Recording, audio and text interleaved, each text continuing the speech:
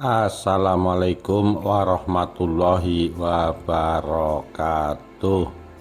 Rahayu Rahayu Sagung Dumadi. Dengan kesaktian Wong Kalang, Majapahit tandingi kemampuan klinik suku Dayak.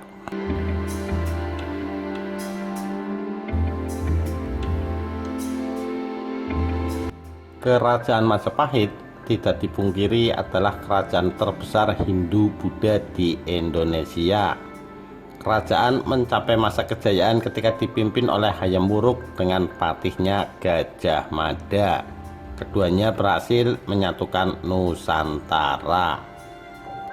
Namun, tahukah kita pemikiran menyatukan Nusantara dan berpandangan politik keluar Jawa tumbuh dari Raja Singasari Kertanegara.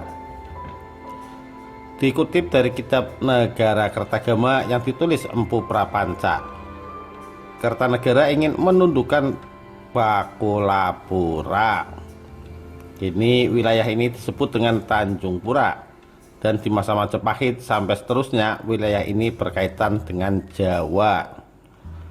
Selanjutnya Gajah Mada mengungkit kembali keberadaan wilayah ini, dan Tanjung Pura disebut sebagai bagian dari cita-cita dalam sumpahnya, Sumpah Palapa.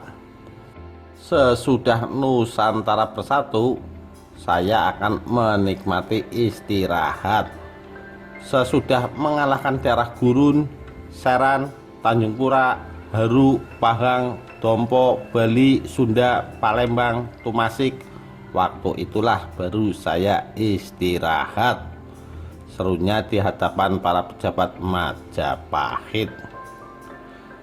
Lewat bukunya Masa Akhir Majapahit, arkeolog Hasa Jafar menyebut letak Tanjung Pura sebenarnya belum dapat dipastikan. Walau begitu, para sarjana selalu menghubungkannya dengan daerah di Kalimantan. Kemudian banyak pihak berpendapat setelah membaca Negara Kertagama, Tanjung Pura dipakai untuk menyebut seluruh pulau Kalimantan. Pulau itu disebut-sebut menjadi wilayah yang tunduk pada Majapahit. Nah, hubungan Kalimantan dan Jawa sendiri tarik ulur sejak Kertanegara pertama kali mengincarnya. Disebutkan oleh Dwi Cahyono, pengajar sejarah di Universitas Negeri Malang, bahwa politik Singasari dan Tanjung Pura bubar setelah Singasari bubar tahun 1292. Itulah sebabnya sebagai raja pertama Majapahit, Raden Wijaya harus mulai dari nol lagi untuk menggandeng wilayah tersebut. Prasasti dari masa Hayam Wuruk menceritakan proses Majapahit menguasai Kalimantan.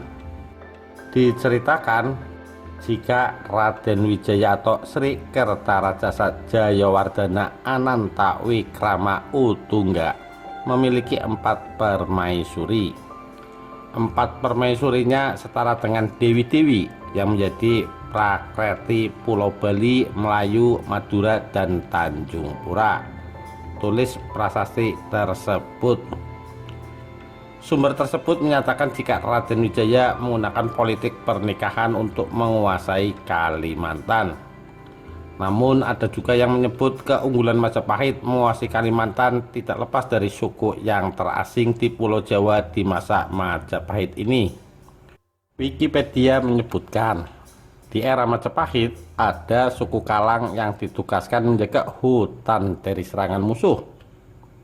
Suku Kalang atau Wong Kalang sendiri sudah lama dikenal sebagai orang-orang yang sakti mandraguna, dan mereka bermukim di Pulau Jawa, terkhusus di wilayah perbatasan antara Jawa Tengah dan Jawa Timur. Contohnya di Kabupaten Blora dan Rembang di Jawa Tengah, serta di Kabupaten Bojonegoro dan Tuban di Jawa Timur. Wong Kalang juga dikatakan sudah mendapat pengaruh Hindu sebelum masuk ke Jawa.